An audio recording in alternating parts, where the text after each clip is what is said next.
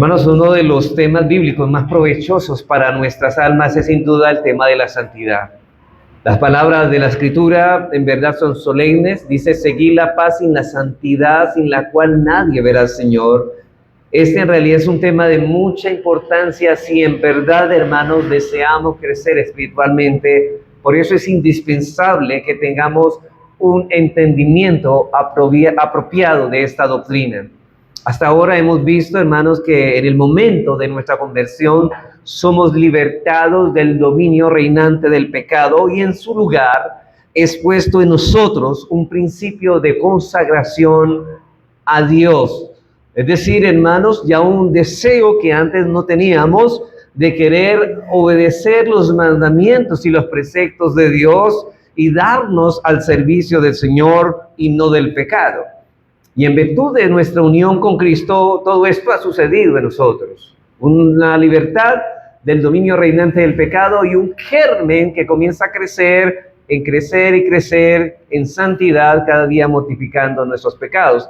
En esta obra solo Dios, en la obra hablamos de la santificación inicial, en esta obra solo Dios Trino es el agente que interviene, que actúa como agente en nosotros. Y nosotros aquí somos pasivos. Decíamos que la santificación inicial o definitiva es una obra monérgica, porque es Dios solamente quien trabaja en esta obra. Y esto es lo que llamamos santificación inicial o definitiva. Sin embargo, hermanos, pese a que el pecado ya no reina en el creyente, todavía mora en él. Por esta razón es que todos aquellos que han sido santificados inicial y definitivamente entran a un proceso de santificación que terminará el último día acá en la tierra. Es decir, que mientras estemos a este lado de la eternidad siendo creyentes, nuestra santificación seguirá su curso hasta ese día. Estamos hablando de la santificación progresiva. Y en este proceso el creyente tendrá que luchar contra el pecado que aún mora en él y a su vez ir conformándose cada día más a la imagen de Cristo. Pero esto solo se podrá llevar a cabo en dependencia del poder de Dios obrando en él. Esta obra es la que conocemos como santificación progresiva. Dios no solo nos ha libertado, hermanos, del pecado, del dominio reinante del pecado de nuestra conversión, sino que también Él continúa obrando en nosotros para que podamos luchar contra el pecado remanente y para que continuemos conformándonos cada vez más a la imagen de Dios. En la santificación inicial o definitiva, Dios es el único agente, pero en la santificación progresiva es Dios y nosotros obrando. Es decir, que nosotros ahora tenemos la responsabilidad de buscar la santidad sin la cual nadie verá al Señor. Así que es como si Dios hiciese su parte y nosotros hiciésemos la nuestra.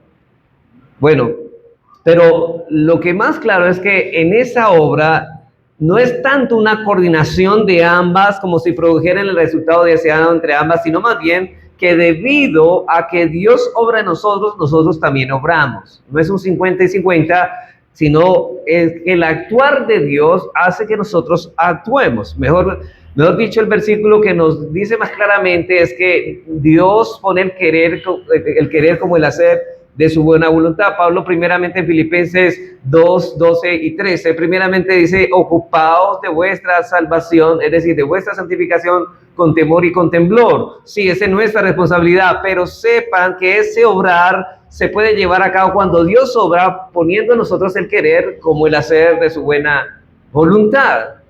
A eso es lo que llamamos sinergismo.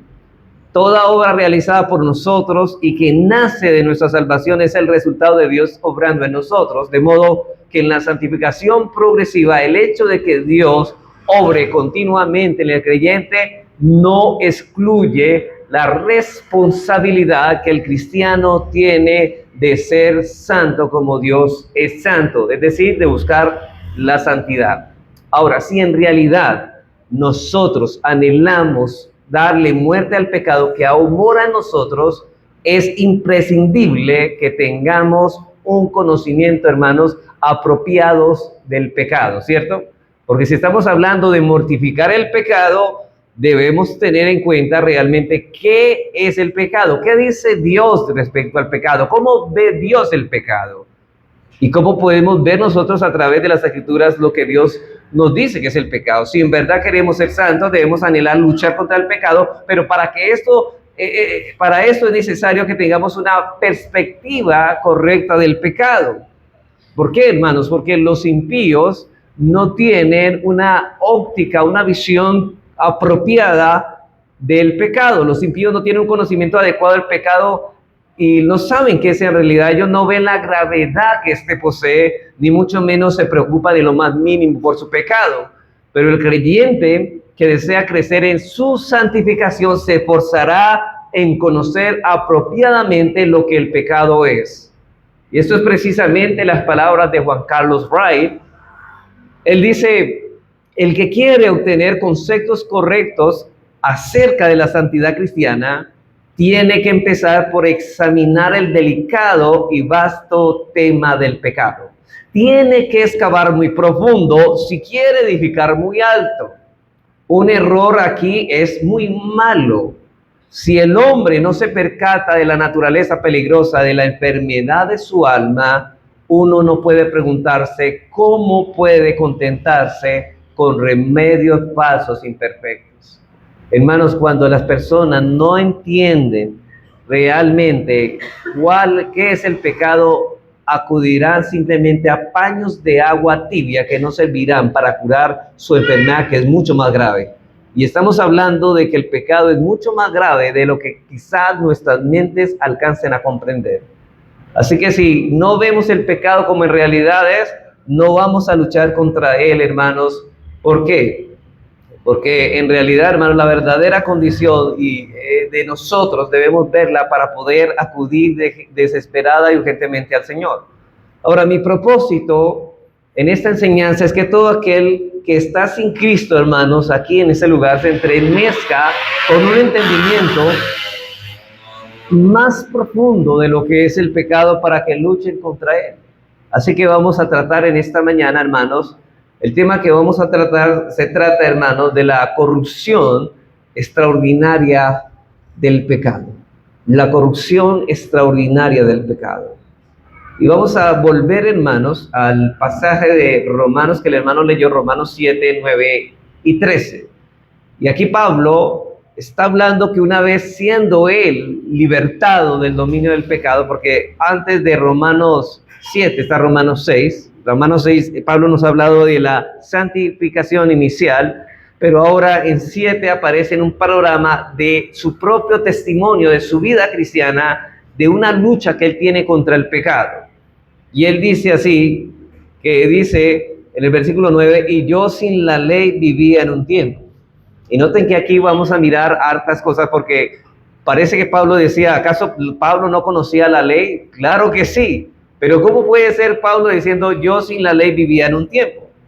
Pero venido al mandamiento el pecado revivió y yo morí. Versículo 13, luego lo que es bueno vino a ser muerte para mí en ninguna manera, sino que el pecado, y aquí es lo que Pablo dice, sino que el pecado para mostrarse pecado, o sea, para que el pecado se muestre como yo no lo miraba, sino como realmente es, produjo en mí ¿qué? La muerte por medio de lo que es bueno, a fin de que por el mandamiento el pecado llegase a ser sobremanera pecaminosa. Ahí vemos el título, la corrupción extraordinaria del pecado que Pablo está hablando, que un creyente ahora que Dios ha abierto su entendimiento puede ver la realidad de esta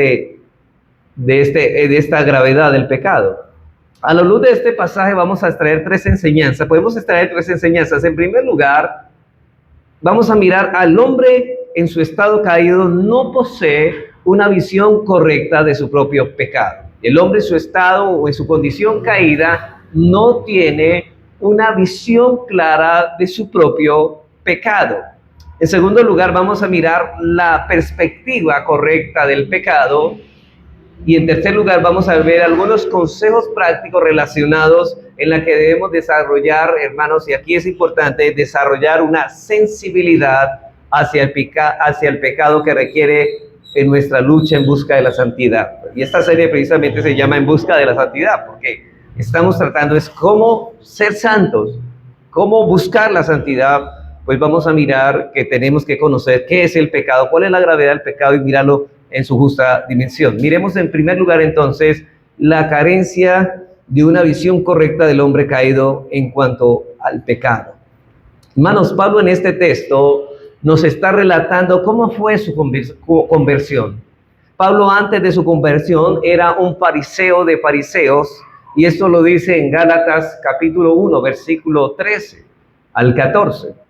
Él dice de respecto a él, dice en cuanto a el epítome de los judíos, que él era el que más conocía la ley y era lo que se conocía como el fariseo perfecto de aquel tiempo. Y él dice, porque ya habéis oído acerca de mi conducta en otro tiempo, es decir, en la vida pasada, en el judaísmo, que perseguía sobremanera la iglesia y la asolaba, versículo 14, y que en el judaísmo aventajaba a muchos de mis contemporáneos en mi nación. Él decía, de los fariseos yo era más aventajado que cualquiera, siendo mucho más celoso de las tradiciones de ¿quién? De mis padres. Pablo no solo, hermanos, está diciendo aquí que era un fariseo, sino que era un fariseo que aventajaba al resto. Recuerden que los fariseos eran la secta más estricta de aquel tiempo. Y él dice en este texto que en el judaísmo aventajaba a muchos. Y en lo tocante a su conducta externa que exigía la ley, Pablo era considerado por los judíos como una persona irreprensible. Dice Pablo, hermanos, noten que no era cualquier persona a los ojos del pueblo judío. Era un hombre que realmente era el celoso y el hombre piadoso según su interpretación de la piedad. Y dice Pablo también en Filipenses 3:6, dice en cuanto a la justicia que es en la ley, irreprensible. Hermanos, Pablo era el típico religioso y moralista que creía que iba a alcanzar el favor de Dios para salvación por medio de sus buenas obras. Él pensaba eso. Él decía que los mandamientos estaban en una posición de que el hombre podía llenar la medida de sus exigencias. Él pensaba esto.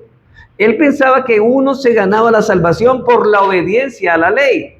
Y Pablo en aquel tiempo conocía la letra de la ley. Ese era el problema. Era celoso de la ley y se esforzaba por vivir conforme a ella, pero la ley no era algo vivo para él, porque él solamente se sometía a una obediencia meramente externa. Pablo no conocía el verdadero alcance de la ley, que no solamente regulaba la conducta, sino las motivaciones y actitudes del corazón. Y Pablo no miraba como malo las actitudes y motivaciones, solamente él miraba, si tengo una conducta buena, voy a ser salvo. Lo importante es conducirse bien y seré salvo. ¿Por qué miraba así? Porque para él la ley estaba muerta, pero la ley no era algo vivo para él. Por eso Pablo dice en Romanos 7:9, y yo sin la ley vivía en un tiempo. De eso se trata. No es que él no tuviera la letra de la ley, sino que él no tenía la ley de una manera viva, solamente tenía la letra de la ley. Para Pablo la ley era solamente letra muerta, ya que la ley no afectaba a su conciencia, ni le acusaba, ni despertaba esas acusaciones, ni le despertaba su conciencia. Él cumplía con toda la letra de la ley, pero Pablo había entendido que la ley alcanza hasta nuestras más profundas motivaciones. Ahora bien, ¿se recuerdan un texto que Pablo dice que la letra mata, mas el espíritu vivifica? Pues todo aquel que se pega a la letra queda bajo muerte, porque para esa persona la ley está muerta. Pero si le ve el espíritu de la ley, solamente puede, hermano, esa persona que ve el espíritu de la ley ve que la obediencia exige más que lo que la letra dice y alcanza mucha mayor exigencia a nosotros. No solamente nos pide una conducta buena, sino también motivaciones y actitudes buenas.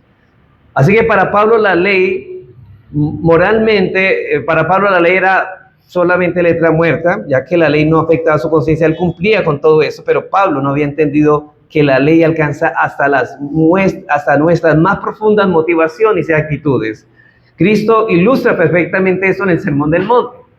Y antes de leer ese pasaje, hermanos, que está en Mateo 5, 21 al 22, Recuerden, hermanos, que la definición del pecado es no ajustarnos a la ley de Dios en hechos, actitudes, motivaciones y naturaleza. Es no ajustarnos a ella.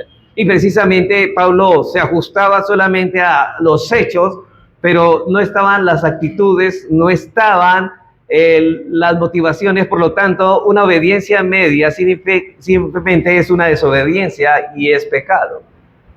Y por eso Cristo tuvo que ilustrar, porque todos los fariseos entendían que simplemente lo que era importante era la ley externa, la obediencia o conducta externa, y Jesús les dice, no, únicamente lo externo no, sino que va mucho más allá de lo externo, va también a lo interno. Mateo 5, 21, 22, y él dice, oíste que fue dicho a los antiguos. ¿Se acuerdan que ellos, los antiguos, eran los que interpretaban la ley de una manera mal? No matarás, y cualquiera que matare será culpable de juicio. Ellos aludían de que simplemente los que cometían conductas pecaminosas eran dignos de muerte. Pero ¿qué dice el Señor? 22. Pero yo digo que cualquiera que se enoje contra su hermano, mire que aquí ya estamos viendo una actitud interna, será culpable del juicio. No solamente está diciendo Jesús, no solamente es lo que ustedes hacen, sino como ustedes también, la actitud con que hacen las cosas.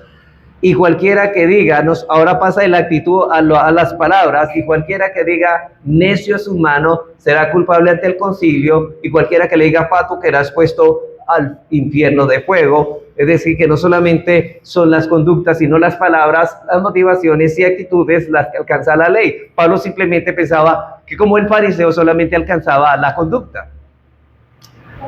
Así que esos fariseos pensaban que cumplían este mandamiento por el hecho de abstenerse de quitarle la vida a otra persona.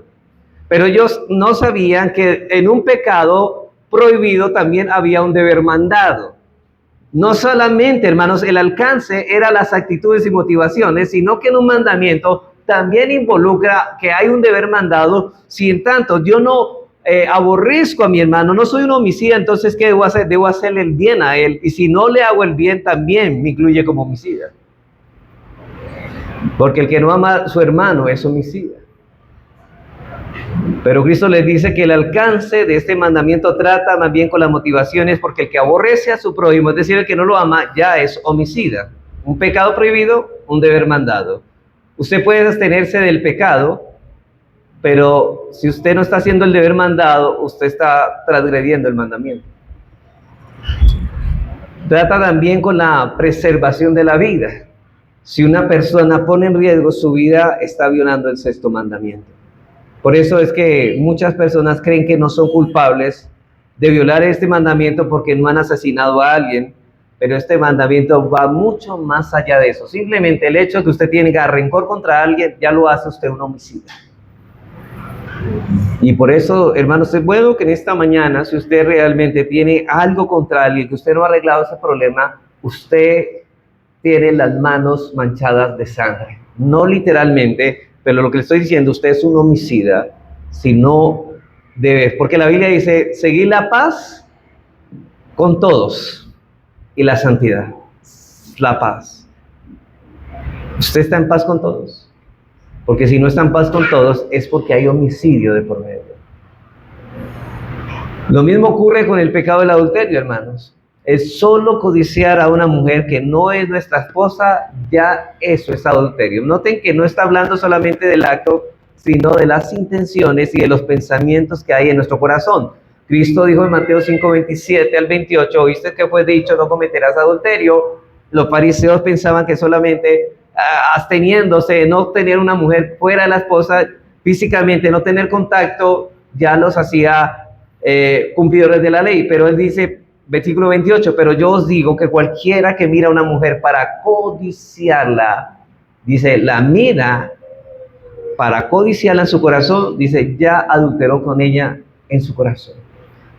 Ese es el alcance real de la ley de Dios, y esta es la interpretación correcta de ella, y lo que hace nuestro Señor Jesucristo. Pero los fariseos, hermanos, tenían una interpretación defectuosa de la ley, como lo tenía Pablo antes de su conversión. Por eso para él la ley estaba, ¿qué? Muerta, porque no tenía una interpretación correcta de la ley. Por eso él dice, y yo sin la ley vivía en un tiempo. Pero Pablo pensaba que él había llenado la medida de las exigencias de la ley como todo fariseo. Al respecto dice William Bridge, el puritano del siglo XVII, parafrasea lo siguiente. Él dice lo que Pablo más o menos expresaba en este versículo. Él dice: yo me consideraba a mí mismo como un hombre gozoso, era animoso y feliz y pensaba muy acerca de mi propia condición. O sea, Pablo estaba feliz, ¿sabe por qué? Porque él pensaba que había cumplido las demandas de la ley. ¿Pero por qué? Porque para él el mandamiento de la ley estaba ¿qué? Muerto. Eso es lo que Pablo quiere decir cuando dice: y yo sin la ley vivía, yo estaba contento, estaba tranquilo, mi conciencia se había cauterizado porque la ley no me estaba acusando. Pablo estaba seguro de que iba para el cielo, como muchos hoy creen. Hay muchas personas que creen que haciendo tales cosas son salvos, pero haciéndolas de una manera como ellos interpretan de su propia manera. Y hay muchas personas que creen esto, ya que su conciencia no le acusaba, porque la ley no era algo vivo para su conciencia. Dice Pablo: yo sin la ley vivía. Su ceguera espiritual no le permitía ver cuál era la verdadera condición que él tenía delante de Dios. Pablo vivía en el pecado, por tanto no tenía la capacidad de evaluar su condición de manera objetiva. Yo creo que un puritano ilustraba esta verdad de la siguiente manera. Y esto es importante, esta ilustración me llamó la atención. Él decía: el agua no es pesada en su propio lugar, no es pesada en el río, porque ese es el lugar del agua. Un hombre puede descansar en el fondo del río con toda el agua en sus espaldas y no siente el peso de esta porque el agua está en su propio lugar. Y es verdad, hermano, usted se mete a una piscina y se mete al fondo, ¿usted va a sentir el peso del agua encima suyo? No, porque el agua está en su lugar, usted no siente el peso. Y así mismo pasa con el pecado. Si usted está en el pecado, no va a sentir el peso del pecado porque está en el pecado. Pero mire lo que sigue diciendo este puritano: y si no siente el peso de esta porque el agua está en su propio lugar, pero saque a ese hombre del río y ponga sobre sus espaldas 50 galones de agua y usted verá que lo aplasta. Sálgase usted del ámbito del pecado y va a sentir el peso del pecado.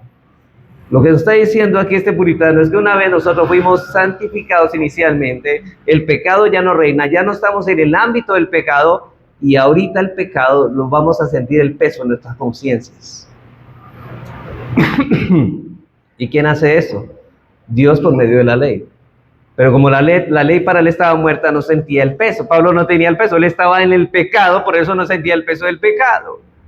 Eso es exactamente lo que pasa con el pecador en el pecado. Mientras él está viviendo en el pecado, él no siente el peso del pecado en su conciencia, pero cuando viene a Dios y liberta a ese hombre del dominio del pecado, lo traslada a la esfera en la cual el pecado ya no reina, entonces este hombre comienza por primera vez a sentir el peso del pecado sobre su conciencia. Pedro dijo: apártate de mí, Señor, porque soy pecador. Ya no está en el pecado, sino que salió del pecado y ahora siente el peso de sus pecados. Y a medida que el pecador convertido va creciendo en gracia, más lo acusa la conciencia del pecado y más capacitado está para decir: realmente yo era malo cuando pensaba, o cuánto pecado había en mí cuando yo pensaba que no había nada malo en mí. Ahora, uno entre más maduro en la fe, no se ve más bueno, se ve más malo, porque los pecados van a pesar más en nosotros. Esto fue exactamente lo que Pablo experimentó. Mientras la ley era letra muerta para él, él vivía. Pero después dice él: y yo sin la ley vivía en un tiempo, pero venido el mandamiento, oigan esto, el pecado revivió. ¿Y qué pasó? Y yo morí. La ley nos mató. Todo creyente, cuando ha venido a la libertad del dominio del pecado, murió. Mientras la ley era muerta para Pablo, él se sentía tranquilo. Pero un buen día a Dios le plació despertar su conciencia por medio de la ley, y el mandamiento alcanzó su corazón como una espada, lo atravesó. Y ahora él ya no podía seguir descansando en su autocomplacencia. Ya su conciencia no lo dejaba tranquilo. Por eso Pablo dice: yo morí. Y esto sucedió cuando la ley vino a ser un instrumento vivo en las manos de Dios Y él decía, yo pensaba que no era culpable, yo pensé que yo había cumplido los mandamientos, ahora me doy cuenta que soy reo de muerte y lo único que merezco es el infierno. Hermanos, una cosa es conocer los mandamientos de la ley moral de Dios, pero otra cosa es conocer el verdadero alcance de los mandamientos y poder evaluarlos a nosotros mismos en una forma objetiva a la ley, a la luz de la ley. Cuando el Espíritu Santo vino a la vida de Pablo con poder, redarguyéndole el pecado, la ley de Dios, ¿sabe qué hizo? Lo humilló y lo demolió. ¿Y sabe qué terminó diciendo? Yo no soy nadie realmente. Desde ahí que, hermanos, después de la caída viene el levantamiento. Versículo 13. Luego lo que es bueno vino a ser muerte para mí en ninguna manera, sino que el pecado para mostrarse pecado, el pecado para mostrarse realmente en su justa dimensión, produjo en mí la muerte por medio de lo que es bueno, a fin de que por el mandamiento el pecado llegase a ser sobremanera pecaminosa. Pablo no había visto la espiritualidad de la ley. El Espíritu Santo lo había aplicado a su corazón y por eso pensaba que cumplía satisfactoriamente la ley, pero algo pasó en la vida de Pablo. Pablo se dio cuenta de que su verdadera condición delante de Dios no era ninguna para nada buena. La ley despertó la conciencia de Pablo y le mostró la realidad que él estaba muerto. Y Pablo pudo ver por primera vez que el pecado, cómo era en realidad, y no era como él lo miraba. Entonces, eso es lo que pasó en ese momento. Y yo creo que todo cristiano ha experimentado eso que Pablo ha experimentado.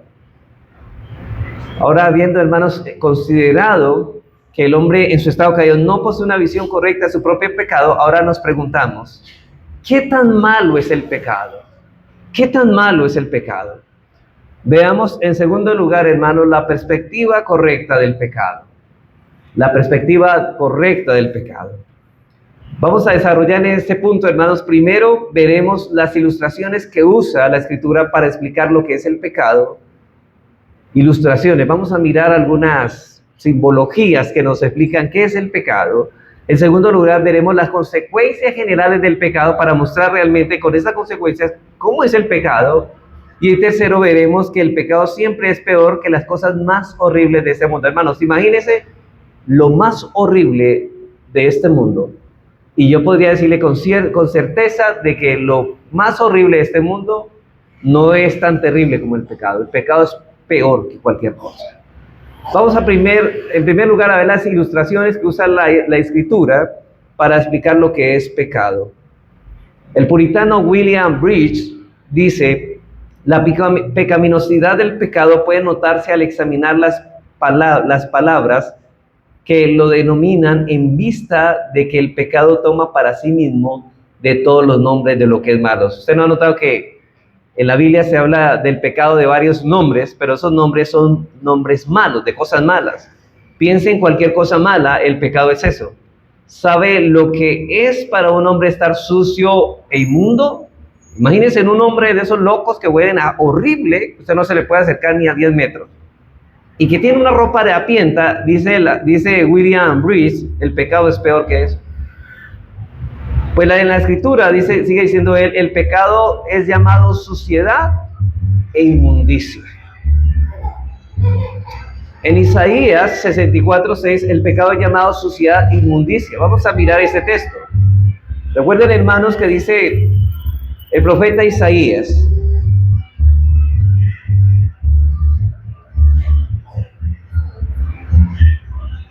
Isaías 64:6. Un pasaje muy conocido por ustedes, hermanos, para hablar de la condición del pecado. Dice: si bien todos nosotros somos como suciedad, habla de que nosotros estamos en una condición de suciedad espiritualmente. De hecho, esto me lleva a mirar cuando dice que los hombres amaron más las tinieblas que la luz. La pregunta es: ¿por qué aborrece la luz? Porque la luz expone la suciedad y los chiros harapientos e inmundos que aunque están vestidos. Por eso aborrecen la luz y dicen que van a la oscuridad. Isaías dice que nosotros somos suciedad. Y cuando la luz nos alumbra, nos vemos realmente en nuestra suciedad. Y dice, no solamente dice eso en nuestra condición, sino que todas nuestras justicias son como trapo de inmundicia. Y hermanos, y esa palabra trapo de inmundicia significa en ese tiempo, ¿qué eran los trapos de inmundicia? Eran trapos de los cuales eran para amarrar a los leprosos y donde toda la materia que supuraba de su carne quedaba penetrada y eso se podría y hería. Pero también se refería a esos trapos menstruales de las mujeres, de ese tiempo que no había nada de estas cosas ahora como ahora, era esos. Y Dios dice que nuestras obras, nuestra justicia son como esos trapos. Simplemente, y así Él nombra el pecado como algo nauseabundo, que hiede, algo inmundo. El pecado es suciedad e inmundicia, hermanos. Por eso Ezequiel 36, cuando el Señor le dice en el versículo 26, en la segunda parte del versículo 26, dice, y quitaré de vuestra carne el corazón de piedra y os daré un corazón de carne. Y en el versículo 29, en la primera parte, y os guardaré todas vuestras inmundicias. Y aquí está hablando, está señalando la Biblia que el pecado es algo inmundo, algo nauseabundo. Dios ve el pecado como algo inmundo, putrefacto, hediondo, y así es como Dios ve el pecado, y es así, hermanos, como nosotros como creyentes, como hijos de Dios, debemos ver el pecado. Pero la Escritura, en segundo lugar, llama al pecado desnudez. Al pecado desnudez. Y yo sé, hermanos, que algo que nos avergüenza, pero que a los impíos no le avergüenza mucho, es andar desnudo. Nosotros tratamos de cubrir nuestro cuerpo por la vergüenza. Es muy malo para un hombre no tener cómo cubrirse o cómo abrigarse, pues la Escritura describe el pecado como desnudez. Cristo dijo en su mensaje a las iglesias, en el mensaje a las 7 iglesias de Apocalipsis, en Apocalipsis 13, 18, dice, por tanto, le dice a esta iglesia, yo te aconsejo que de mí compres oro refinado en fuego para que seas rico y vestiduras blancas para vestirte y que no se descubra la vergüenza de tu desnudez. El pecado aquí es señalado como desnudez. Dios llama al pecado desnudez. Pero en tercer lugar, la Escritura llama al pecado ceguera. Ceguera. La Biblia nos cuenta en una ocasión que Cristo llama a los fariseos ciegos. Mateo 23, 16 dice, ¡ay de vosotros, guías ciegos! Y hermanos, y lo que producía la ceguera en estos fariseos no es nada más y nada menos que su pecado. Todos aquellos en el que el pecado reina son ciegos. ¿Por qué? Porque no ven el pecado realmente como es, no ven la vida como realmente es. Así que de acuerdo con la Escritura, el pecado es ceguera. En cuarto lugar, la Escritura llama al pecado locura. Locura. Hermanos, el pecado es locura y es estar fuera de sí. Y es verdad, hermanos. No solamente el pecado nos impide ver las cosas como son, sino que el pecado nos saca fuera de sí. Porque comenzamos a amar lo que nos hace daño y eso es locura. ¿Cómo vamos a amar cosas que van en detrimento nuestro? Por ejemplo, amar el mismo pecado es una locura, porque el pecado es lo que nos arrastra al infierno, es lo que nos destruye, nos hace infelices y miserables, pero es locura porque nosotros lo amamos. Por eso dice el salmista en el Salmo 85:8, escucharé lo que hablará Jehová Dios, porque hablará paz a su pueblo y a sus santos, para que no se vuelvan a la locura, es decir, para que no regresen a sus pecados. Y aquí está señalando el pecado como volver a la locura, volver al pecado. Y cuando el hijo pródigo estaba viviendo en su pecado, dice la Escritura en Lucas 15, 17 al 18, dice, note eso, que él se iba a volver de los pecados a Dios, o de los pecados a su padre, y dice, y volviendo en sí, dijo, ¿cuántos jornaleros en casa de mi padre tienen abundancia de pan y yo aquí perezco de hambre? Me levantaré, iré a mi padre y le diré, Padre, he pecado contra el cielo y contra ti. Es apartarse, es decir, estar en el pecado y no apartarse de él es insensato, pero entrar en sí, volviéndose en sí, es dejar lo que nos hace daño. El que deja el pecado es una persona sabia porque abandona algo que va en detrimento de su alma. Este hijo estaba fuera de sí, estaba loco, pero porque el pecado es locura. Número 5. La Escritura llama al pecado de una forma más terrible. ¿Y sabe cómo le llama? Muerte. Muerte. La palabra de Dios dice que los pecadores están muertos en sus delitos y pecados, en Efesios 2:1. De manera que la Escritura describe el pecado como suciedad, desnudez, ceguera, locura y hasta la muerte. Y aunque estas son figuras horribles, hermanos, no existe ninguna palabra que pueda contener la maldad del pecado. Por eso, cuando Pablo vio el pecado en su justa dimensión bajo el peso de la ley moral de Dios, dice que el pecado llegó a ser sobremanera pecaminoso y lo aplastó por la ley. Veamos nuestro segundo punto. El pecado visto desde las consecuencias generales. Nuestra segunda punto del segundo punto. El pecado es lo que nos separa de lo mejor y de las bendiciones nuestras, de Dios. El pecado nos separa de Dios. Lo único que separa al hombre de Dios es el pecado. Hermanos, es tan terrible el pecado que lo único que puede separar al hombre de Dios se llama pecado. Dice Dios por boca del profeta Isaías 59:2, dice: pero vuestras iniquidades no te han hecho división entre vosotros y vuestro Dios, y vuestros pecados han hecho ocultar de vosotros sus rostros para no oír. Es decir, hermanos, mientras nosotros no estemos en comunión con Dios, nunca seremos felices. Y lo que nos impide la felicidad es el pecado, porque nos aparta del ser que nos hace feliz. Si el pecado nos separa de aquel que es lo mejor para nosotros, es porque el pecado debe ser demasiado perverso, hermanos. Si nos aleja de lo mejor que podemos tener en nuestra vida.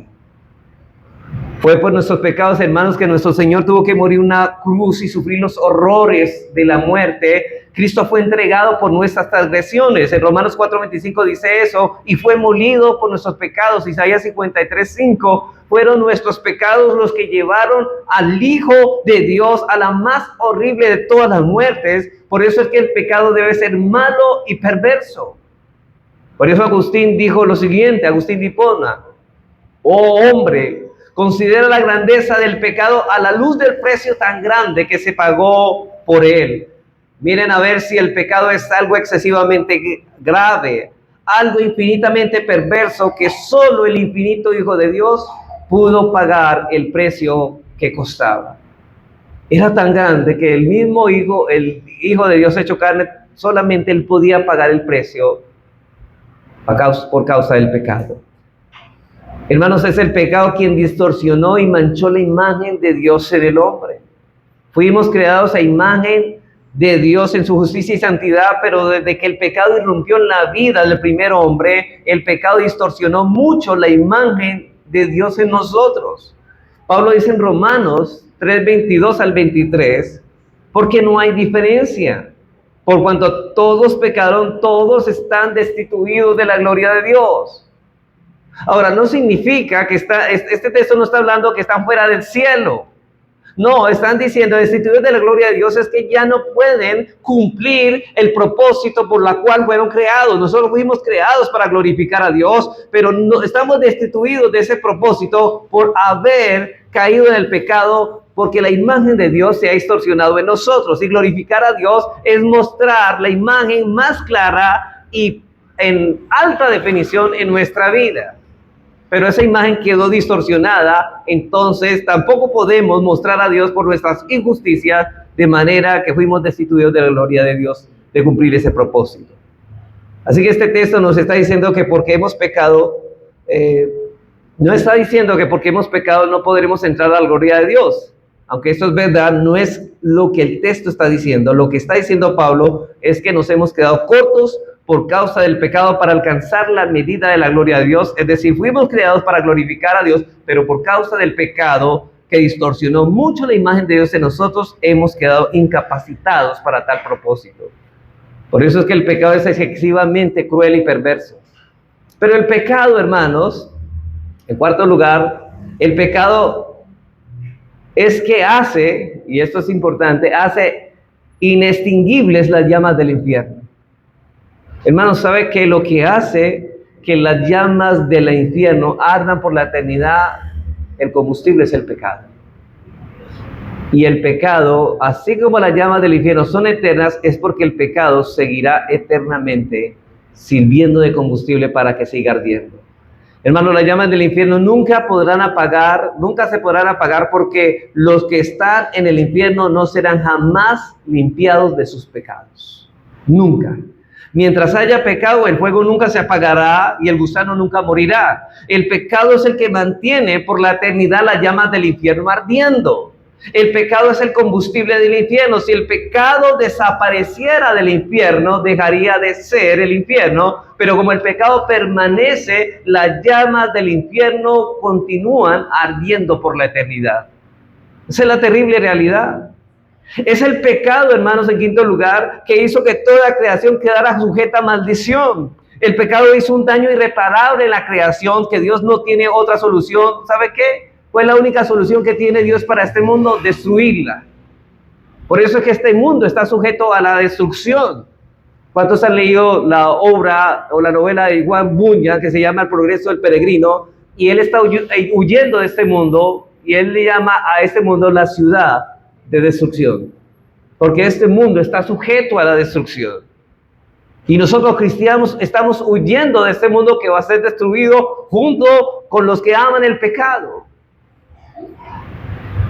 Por eso es que Dios dice, ha prometido destruir esta tierra por completa y crear nuevos cielos y nueva tierra en los cuales more la justicia. Y es tan grave lo que causó este daño en la creación que Dios tendrá que destruir todo el universo por fuego, como lo vemos en 2 de Pedro capítulo 3.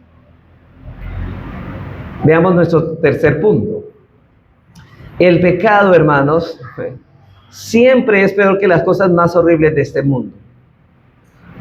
El pecado es siempre más horrible que las cosas, el pecado siempre es peor que las cosas más horribles de este mundo. Como decía ahora, imagínense lo más horrible para usted en este mundo, el pecado es peor que eso. El pecado comparado con las aflicciones. Vemos en primer lugar el pecado comparado con las aflicciones. Hermanos, por más grande que sean nuestras aflicciones, nunca serán peores que el pecado más pequeño. Una pequeña mentira, hermanos, es mucho peor que una grande aflicción. Por ejemplo, por más grande que sea una aflicción, nunca contamina al hombre. La aflicción nunca contamina al hombre, por la sencilla razón que la aflicción viene de afuera, no de adentro.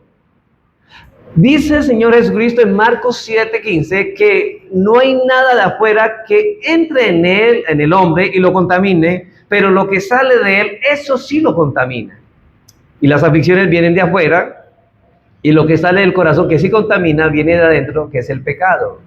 Todo pecado que sale de nosotros, por pequeño que éste sea, contamina nuestra alma y los que nos rodean, hermanos. O sea que el pecado es peor que las aflicciones. Y por otro lado, hermanos, Dios es el autor de nuestras aflicciones. Por eso no son tan malas.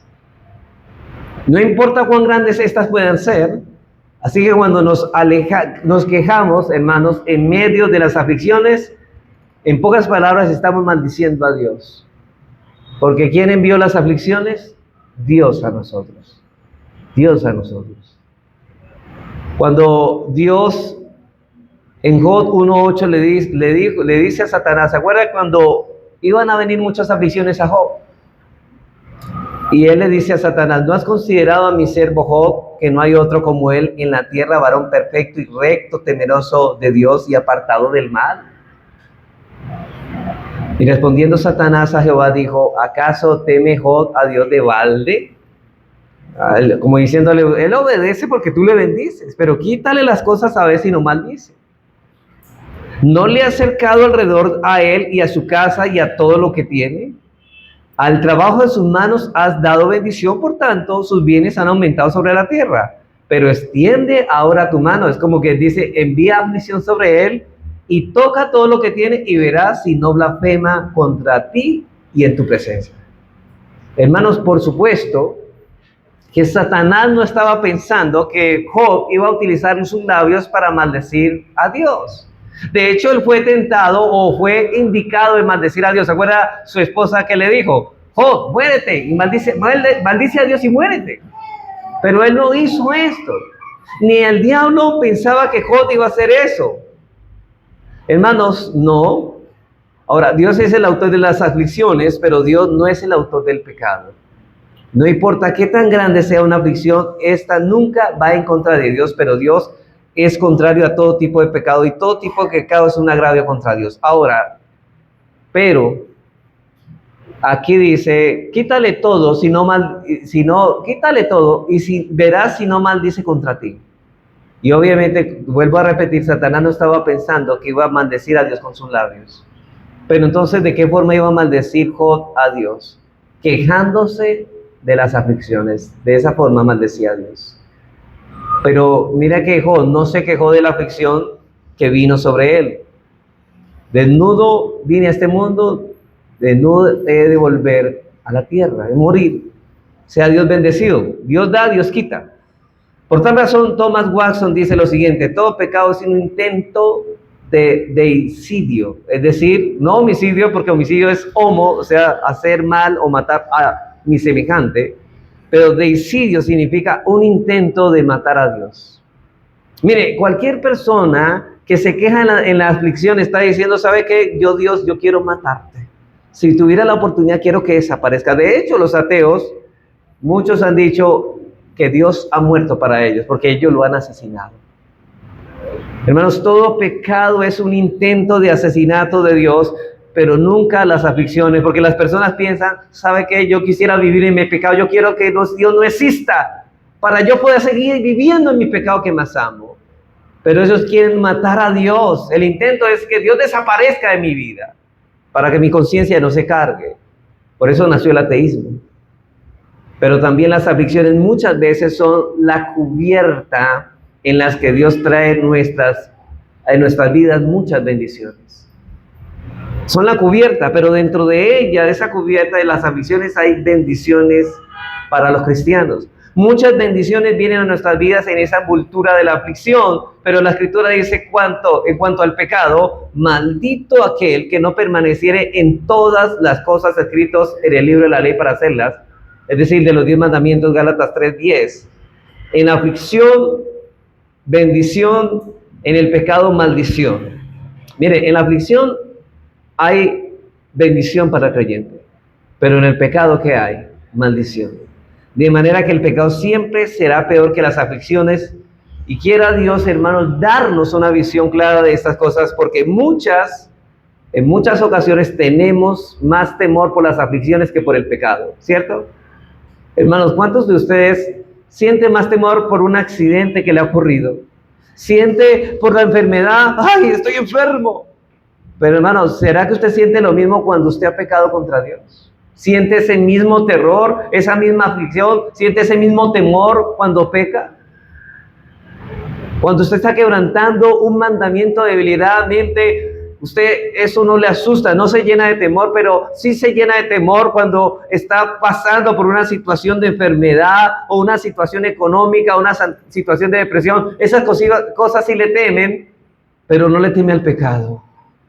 Eso es peligroso, cuidado. Cuidado, hermano. Cuidado que usted esté viendo más grande su pecado que su aflicción. Pero hermanos, el pecado comparado con el diablo y el infierno es mucho peor. Hermanos, el pecado comparado con el diablo y el infierno es peor que estas dos cosas. El diablo es perverso, pero el pecado es peor que el diablo y es peor que el infierno. ¿Y por qué? ¿Por qué el pecado es peor que el diablo el pecado es peor que el diablo y peor que el infierno? Porque el pecado es lo que nos arrastra al infierno. Hermanos, ¿por qué la gente va al infierno? Por el pecado. Y porque el pecado es la única arma que utiliza que utiliza el diablo para atentarnos contra Dios. Ahora, sin el pecado, el diablo quedaría desarmado. Y sin el pecado, el infierno no existiría. Ya entiendo. Lo que desarma, o sea, si el pecado no existiera, el diablo no tenía ningún arma para atentarnos contra Dios. Y si el pecado no existiera, el infierno tampoco existiría. Pienso, hermanos, que es suficiente con estas cosas para tener una idea de lo que es el pecado, lo que es la corrupción extraordinaria del pecado. Pero en tercer lugar, el pecado es el caso del creyente o el pecado en el caso del creyente es peor, hermanos. Primero, porque el creyente tiene un conocimiento del pecado que el impío no tiene. Además, el impío no tiene la capacidad que tiene el creyente para luchar contra el pecado. Por eso, hermanos, es peor el pecado del cristiano que el pecado del impío. Porque el impío, hermanos, no tiene la capacidad de darle muerte al pecado, el creyente sí. Segundo, porque nuestro pecado deshonra más a Dios que el pecado del inconverso, ¿cierto que sí? Hermanos, cuando peca un impío, el nombre de Dios no es deshonrado, porque al fin es impío, es un borracho, es un mujeriego, y a la final es un hijo del diablo. No está deshonrando a Dios porque no profesa ser cristiano. Pero cuando una persona profesa ser hijo de Dios, profesa ser creyente y peca, hermanos, está haciendo que el nombre de Dios sea blasfemado. Por eso es que el pecado en un cristiano es peor que el pecado de un inconverso. Tercero, el pecado en el creyente es peor porque es contrario a todo lo que profesa. Va en contra de lo que él dice ser. Hermanos, si él es cristiano y él es seguidor de Cristo y hace el pecado, está, hermanos, haciendo todo lo contrario a lo que dice ser cristiano. El cristiano, entendemos que él hace justicia, tiene hambre y sed de justicia, es misericordioso, pero cuando peca no está mostrando esas características que describen a un verdadero cristiano, a un hijo de Dios.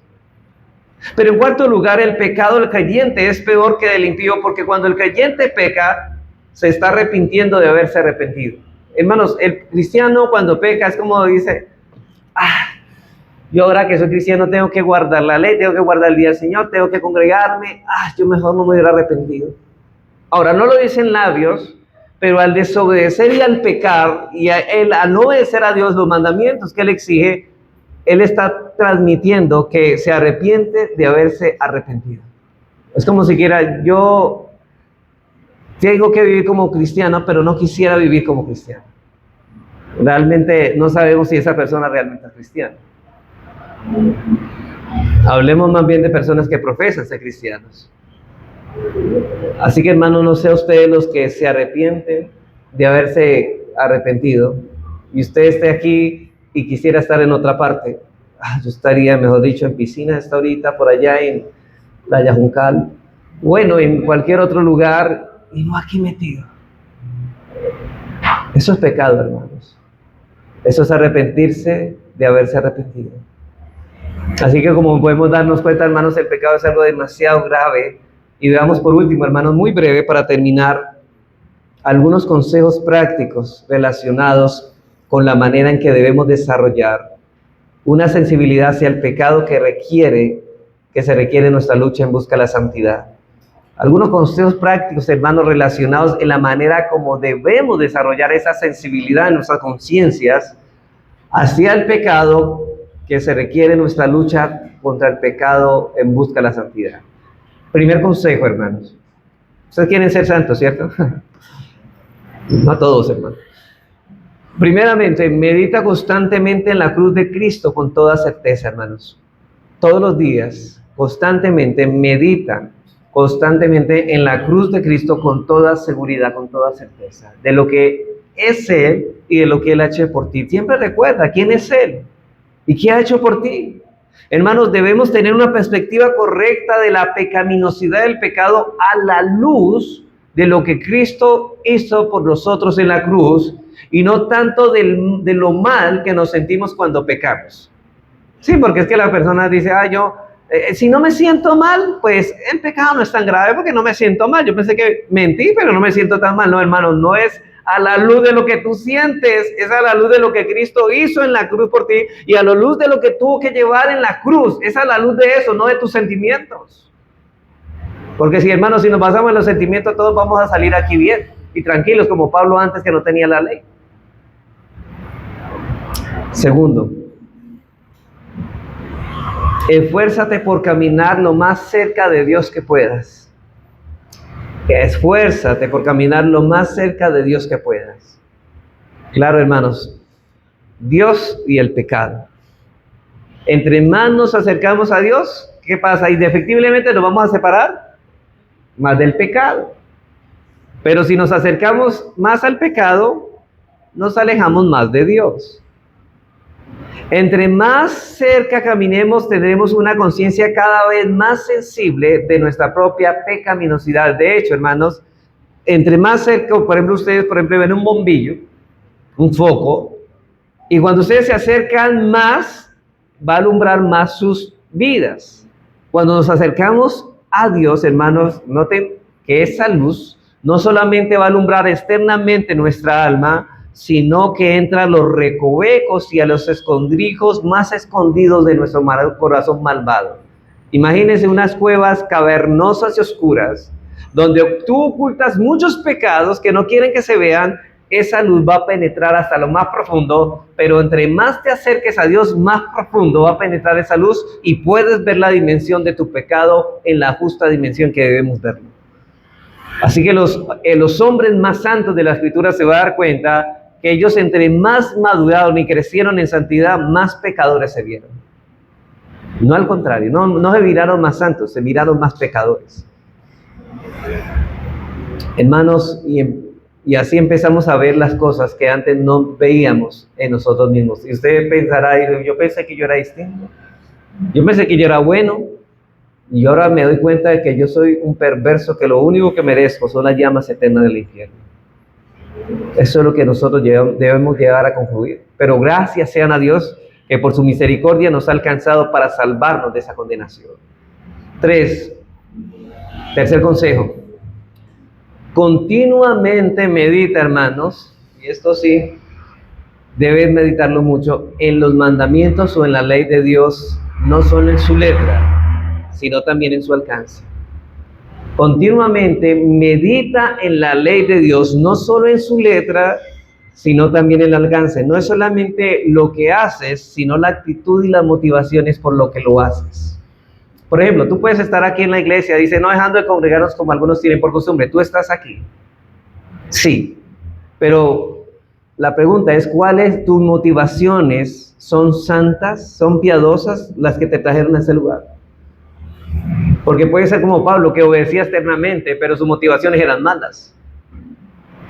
Cuidado, hermano. Debes meditar realmente que las cosas que estás haciendo, las estás haciendo con las motivaciones apropiadas. Porque de esta manera el Espíritu Dios, cuando hacemos esto, de esta manera el Espíritu de Dios usa la revelación del carácter santo de Dios para hacerte más consciente de lo que Dios espera de usted. Es decir, hermanos, ¿qué es la ley? Es el reflejo o es la revelación del carácter santo de Dios. Y entre más conozcamos la santidad de Dios, más pecadores nos vamos a ver. 4.